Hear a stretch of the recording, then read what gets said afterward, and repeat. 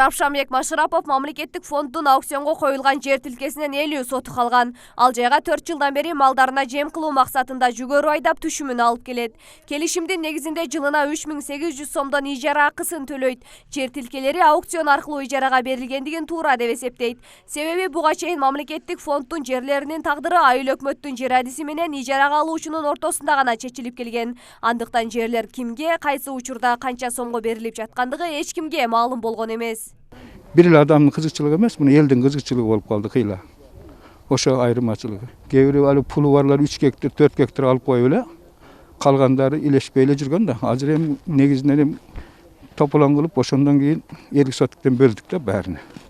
Аукциондун негизинде жер алуу эрежелери түшүндүрүлүп, натыйжада жер боюнча Төрткөл айылдык аймагынын жашоочуларынын маалыматы бар. Андыктан жер пайдалануу мөөнөтү бүткөндө кайрадан аукцион аркылуу жерди ижарага бөлүштүрүлөөрүн белгилешет. Бул мүмкүнчүлүктү укуктук мейкиндик коомдук фонду түзүп берүүдө. Биз эми бул фонддун эң жакшы пайдалуу жагын бизге түшүндүрүп айтып атышат. Биринчиден ошол мамлекеттик фондду башкаруу эффективдүү өтөт. Анын бүт айыл өкмөттүн жарандарынын алдында мындай ачыктык пайда болот. Ким канча жер пайдаланып атат, канча сомдон пайдаланып атат, кайсыл жерде аукцион болуп өттү, кайсыл жерде эме болот. Бүт жарандар ушул маалыматты так билип турганга мүмкүнчүлүк түзүп эткен. Жашоочулардын айтымында буга чейин жерлер жең ичинен сатылган учурлар кеңири кездешчү. Анткени ижарага берилген жерлер тууралуу элде кеңири маалымат жок эле. Уюштуруучулардын айтымында аукцион аркылуу жер тилкесин ижарага берүү бир топ натыйжалуу иш.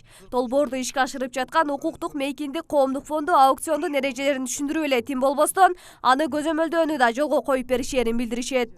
Бул схеманын негизги максаты электрондук болгон база данных түзүп берүү.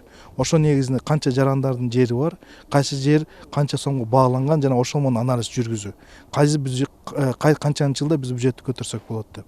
Жана ошондой эле дагы келерки болгон келечекте мен ойлойм ушул долбоор менен башка өкмөт алдына турган болсо, жергиликтүү өз алдынча башкаруу реформасы жүргүзүлдү деп эсептейм.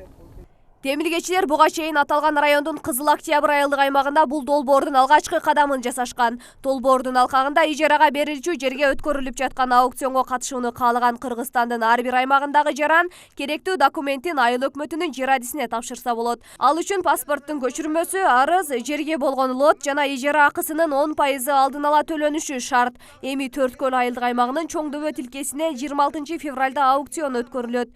Эгер аукциондо жер ала албай калса, төлөнгөн сумма толук түрдө кайтарылат. Бул долбоорду Сорос Кыргызстан фонду табигый ресурстарды башкаруу программасынын негизинде колдоодо.